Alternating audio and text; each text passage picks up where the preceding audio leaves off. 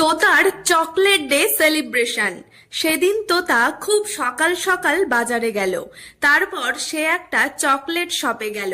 সেখানে গিয়ে সে অনেক বড় একটা চকলেট নিল আর গরিব কিছু বাচ্চা পাখিদের জন্য অনেক চকলেট নিয়ে নিল, যাদের চকলেট ডেতে একটি লজেন্স দেওয়ার মতো কেউ নেই।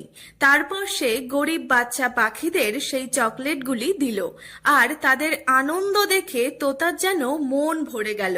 তারপর তোতা বাড়ি ফিরে এলো। তোতা আর তোতার ছানা একসাথে বসে চকলেট খেতে লাগলো। হঠাৎই খুব জোরে ঝড় বৃষ্টি শুরু হলো। তারপর দরজায় ঠক ঠক আওয়াজ। তোতা দরজা খুলে দেখলো তার অনেক দিনের পুরনো বন্ধু বৃষ্টিতে ভিজতে ভিজতে তার বাড়িতে এসেছে। তারা দুজন দুজনকে দেখে তো খুব খুশি।